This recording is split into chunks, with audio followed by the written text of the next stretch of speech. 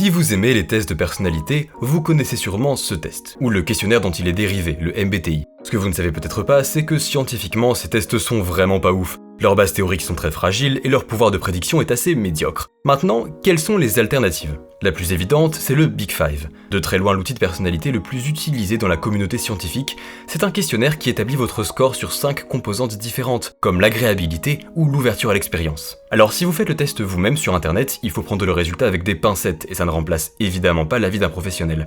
Mais ça vous permettra au moins de vous familiariser avec le genre de notions qui constituent l'étude scientifique de la personnalité.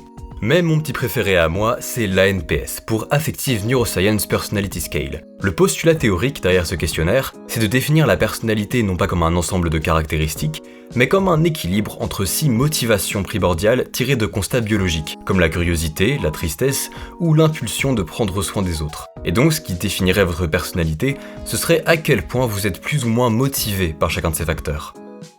Alors l'outil n'est pas parfait, et il y a encore plein de progrès à faire, notamment pour ce qui est de relier ces motivations à des marqueurs fiables d'activité cérébrale directement aux neurosciences, ce qui était quand même le but du questionnaire à la base.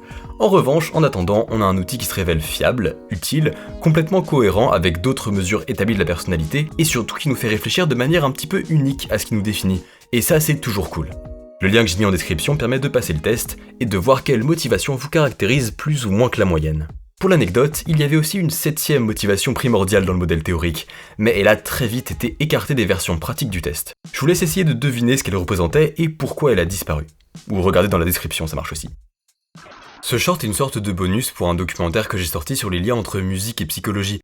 Si ce genre de contenu vous intéresse, vous pouvez vous abonner pour ne pas manquer les prochains, mais aussi aller jeter un coup d'œil au documentaire, me rajouter un maximum de watch time, et ainsi contribuer à me rendre heureux et extrêmement célèbre.